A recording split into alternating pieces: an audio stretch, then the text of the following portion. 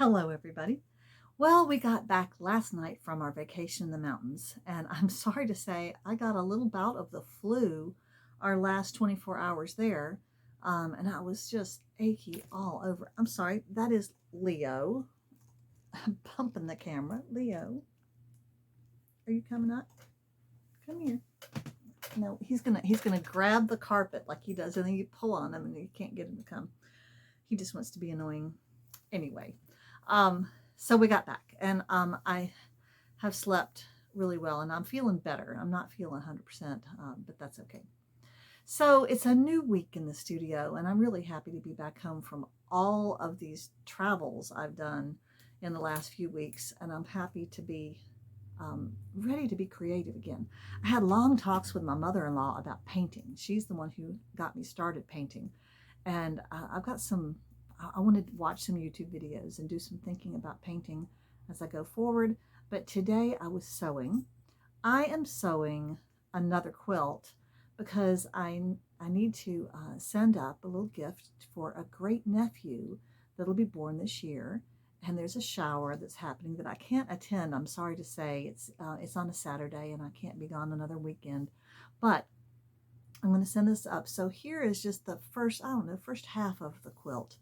And it's mostly blue, but you have to have that pop of red in the center for the fire of the log cabin. And so it's got a little bit of variety, but mostly blue for a little boy. Another thing that I'm working on is a shawl for my mother. She requested a new shawl to wrap around her shoulders to keep her warm when she goes to church. And I'm going to weave this one because she specifically requested periwinkle as her color. And well, y'all know periwinkle is a cross between a light blue and a lavenderish light, very light purple, but it's not really purple and it's not really blue, and it's just an odd color. One of you lovely viewers out there sent me a little package with these great instructions for a slipper and photographs and everything. And this was just so thoughtful. I can't tell you how thoughtful it is for somebody to go to all this trouble. Here's the slipper before she felted it. She even sent me one of a knitted slipper, an old knitted slipper of hers that had worn a hole in it, but so I could see the shape that we're looking at. I think that's really pretty. It's much more attractive than some of the ones I made. So I'm going to look at this in more detail and go over this when I get back into slipper season. Right now it's not that hot here. It was 86 degrees this afternoon, but the humidity is outrageous. So anyway, I want to thank Nancy for this just lovely letter and instructions. She was just very thorough. Lots of pictures. I just really appreciated that. So we'll be looking at that in the future. Oh, and my mother has also requested a new pair of slippers because the pair that I made her last winter, January, whenever I made her those slippers, she's worn them every day, all day, and she wore them out. Well, anyway, there'll be more on this. I'm sure I'll probably finish up this quilt top this week, and we'll look at more of that. I need to pick a backing fabric. I need to buy some more batting. So we'll address all of that, and I'll figure out what I'm going to do as the week goes on, and I'll get back to you. Good Monday morning, my friends. Well, the week has started. I'm off vacation now, and it's time to get back to work in my studio, which is behind me, and it's a bit of a mess, as I'm going to show you a bit of. It doesn't take very long for my studio to get out of hand, but I'm going to get it back in order. I also want to share with you a couple of new things in the house. This morning, my husband put in a new faucet on our kitchen sink. And now I feel like the sink is kind of ugly looking and the faucet looks pretty good. My daughter had a faucet similar to this one, and I was really wanting a new one. And for Father's Day, my daughter and son-in-law gave Adam a new knife block. We had the old kind of knife block that you slide the knives in, and it always worried me what kind of crud is down at the bottom of those little knife slots. But they got us this magnetic one. It's a wooden board that stands on your counter, so you can move it around anywhere easily. And we're looking for the right spot, but I think it looks pretty good. Another thing I found was at the thrift store, this was back in June or even May, I found a laundry hamper for our bathroom. And I just love it. It was $5 and it looks so much better than the plastic laundry basket I had in there before. So that was kind of a nice thing. All right, well, let's start fixing up the studio so that I can get to work today. Okay? Okay, I've tidied up a little bit. Now, one of the things I wanted to do right away when I got home was to process that oil, the olive oil that I infused with plantain when I was at the mountain house. Remember the plantain I found last week? And I had it in the oil, but I didn't, because there was no beeswax in there as a preservative, I wanted to get that working as soon as possible. So yesterday I did 11 of these tubs. This is a half cup, 4-ounce tub. And then I did one itty bitty one. So I'm gonna write up some labels and get those ready. I'm not going to the farmer's market right now. It is so hot out there, and I don't do the farmer's market in late July and August, and I'll go back sometime in September. But I'll have this healing herb ointment ready for anybody who wants to come to the house and buy it. They can do that, or I'll take it to the market in the fall when it's cooler. Okay, so I'm going to do that first, and then we're going to look at a little sewing repair I'm going to work on that's important to me, but may seem like a little bit of a waste of time.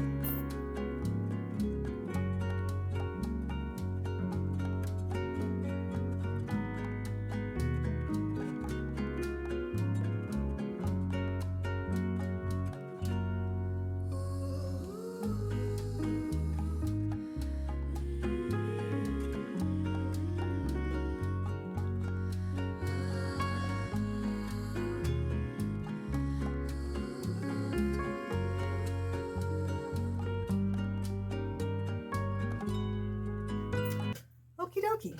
Well, the healing herb ointment is done and out of my studio. Now, the next thing I want to talk about is nightgowns.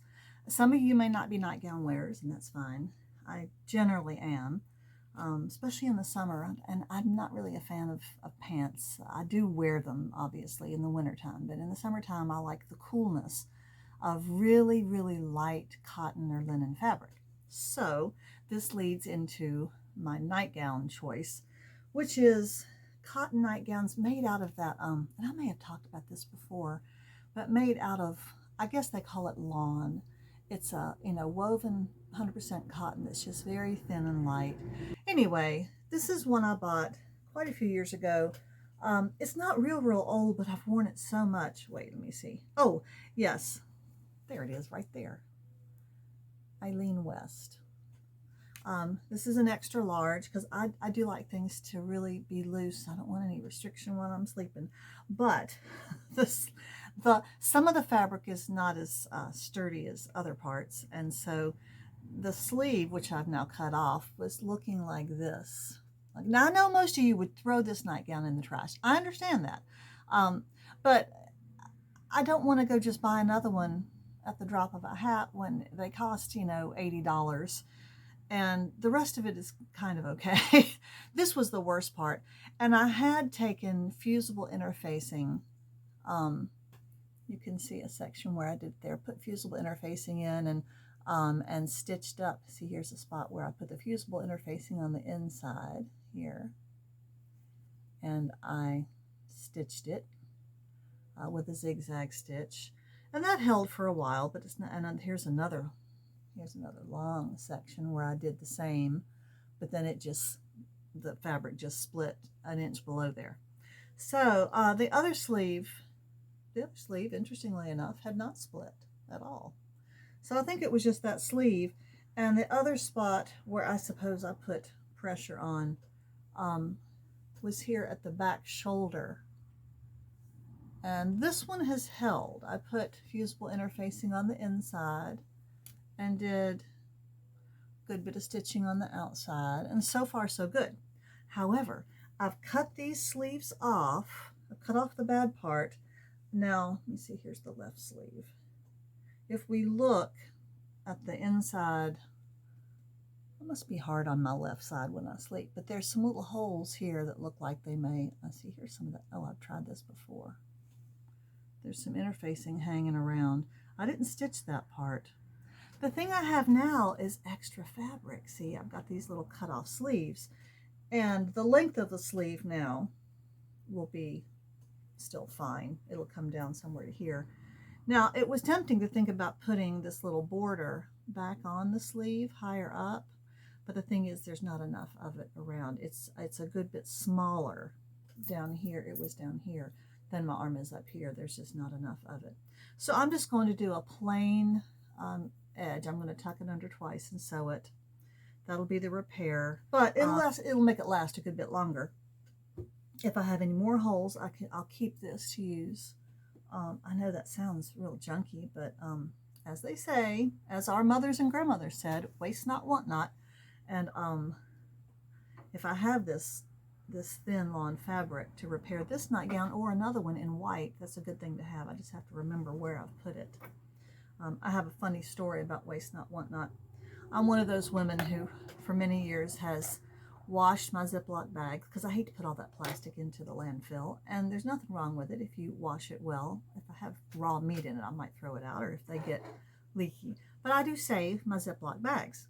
The other thing I used to save, and I still do, is decent looking aluminum foil, tin foil. And I had years ago when Adam was in seminary, and we were all young seminary couples in our 20s living in apartments together on the campus, and one of my neighbors, Sandy, who's, I'm sad to say, deceased now, but she watched me save my tinfoil and she thought I was a lunatic.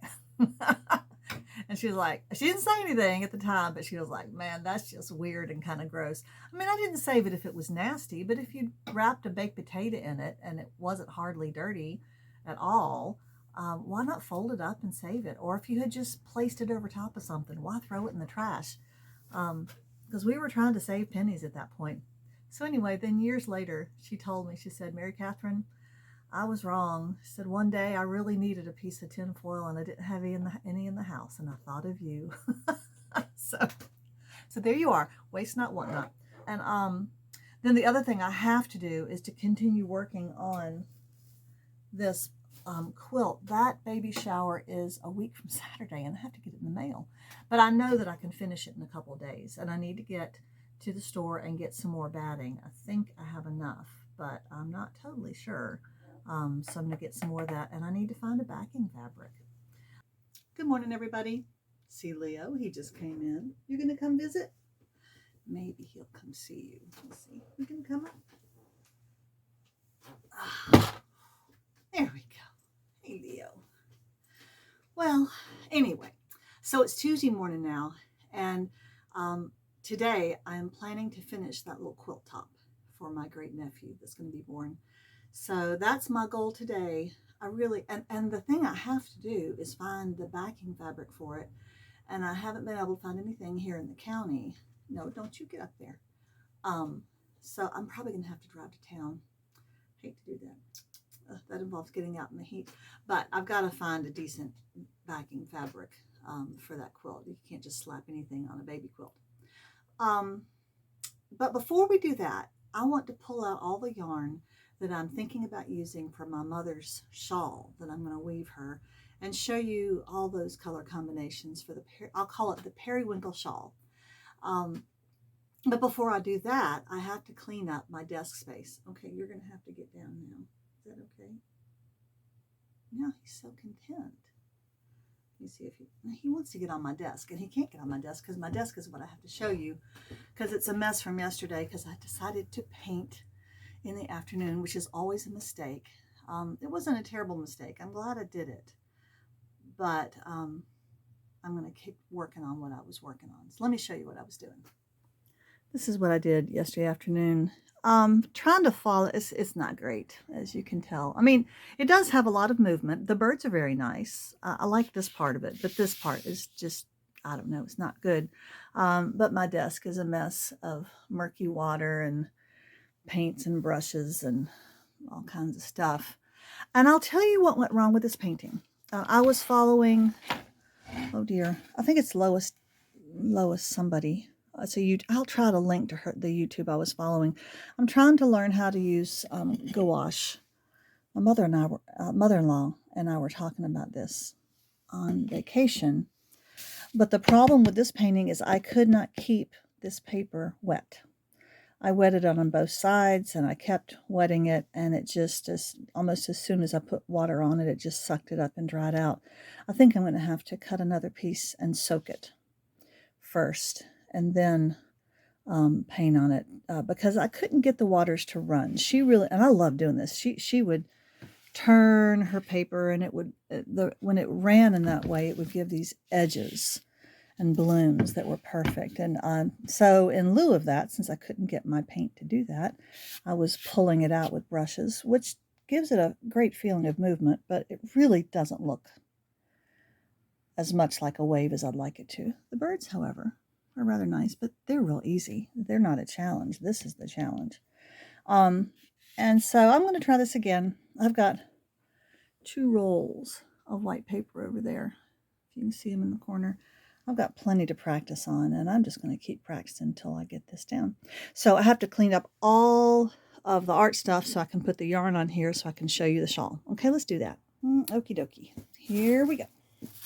Now, first of all, here is the periwinkle yarn that I found, and there's plenty of it. It looks really purple to me, but it says periwinkle, and apparently that's, according to my 2 daughters, who both have a good eye for this thing, this is the color I'm looking for. So we're going to go for that. Now, this is going to be the weft. Let me show you all the different yarns. Now, this is a pretty thin yarn. I think this is beautiful. Let's keep this over here for a reference. So this is pinker, obviously, but has, I think, a good bit of periwinkle in there. We'll keep this on either side. This is some Simply Soft that's actually very close. That's really close. See, I thought this was too purple. That's why I didn't want to get more of it.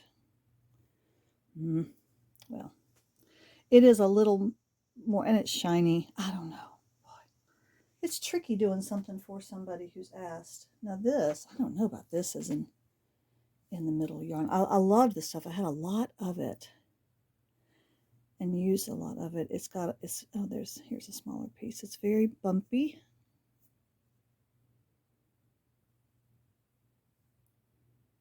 Very interesting. I love this kind of yarn. A lot of variety. See, I find this kind of yarn to be a little boring, and I find this kind of yarn to be very interesting. Oh well. Each to his own, right? Okay, so there's another little piece. I may not have as much fun stuff as I thought. Now, I don't know about this. Again, this is just for the warp, so I'd probably only have 1 or 2 of this. This is a little bluer, though, which I like that. Get some blue in there. It's got a little bit of sparkle, and it has the occasional full sequin. I might do that to my mother, just to get her goat. She's not a sparkly kind of person. Okay, there's another one. We'll lay 2 of those in there. All right, now this is more gray. This is an ugly old thing, but it does have, it does have some of that periwinkle in there. Again, it has a little bit of shine, that's not as much. And then it's got some interesting, almost beigey orange. So I just think some interesting color in there. You see, this one has that same kind of thing, has little flecks of almost a pinky beige, I guess I would say. Let's move this one over and move this one that way. We'll get up closer in a minute. I also have some of this. Now this is ribbon. It is so slippery. But again, that's a pretty good match. And I'm thinking about using some of this. I imagine since I have so little of some of this stuff, I'll be using more of this. There we go. I really have, for warp, I have plenty of this Simply Soft that's almost periwinkle. I think that this I think this combo may work well. Okay, now let me show you what else I've been pondering. This is probably too dark, but a little bit of it in there might be good. And it's the soft, little soft and fuzzy, but it's not that fur yarn. So let's lay that in there and see what we think. See, I think just a few of those in there would be really good. That contrast of some dark, make it interesting. The other thing, well, these are the same, I think. This is a gray, but it's got a little bit of the blue in there. See that? And I think that would be there's a bit of gray in a lot of those, but that might be a nice, give some depth to it. And then I've also got this. This is more of a blue. I don't have a lot, except for that one dark one, I don't have a lot that's just really blue. It's not very thick, except for it does have the occasional, see that? Most of it's going to be like that. Okay, and that is, and then I have I do have a good bit of that gray that I just showed you, so I'm not lean on that. Okay, so sparkly blue, simply soft, almost periwinkle, gray with kind of a bluish, grayish pink, blue furry, pink. These are all pretty thin too. The ribbon, more sparkle, the dark, and the gray with the beige. And then if we take this out, let's just lay it across there a few times. Now I'm going to do a loose weave because I don't want this periwinkle. It's so thick too. It's like twice as thick as a lot of this other. So I'm just going to lay it across there. But I want for the warp threads to really show. Now let's pause for a second and look at this. See, what my mind is doing is just putting colors together. And the colors that are going to dominate will be the periwinkle, the ribbon because it's similar. So I'm going to definitely need some of this, a good bit of this, a good bit of this, some of this popping out. Some of the pink popping out will be helpful, and some of the sparkle. These contrast in the warp will be very, very useful. And I'm going to weave it loosely so that they show through and this weft doesn't die. It's very easy for a weft to dominate if you don't weave loosely.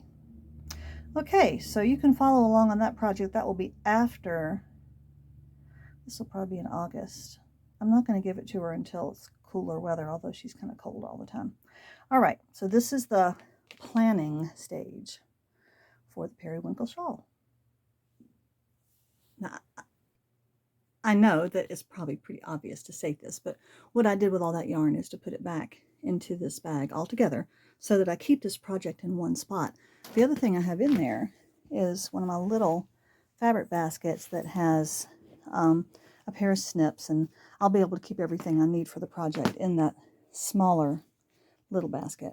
And then I'll probably even put a little plastic bag on top of this right here to keep the dust off of it until I start on it in full force. Anyway, just a good way to organize.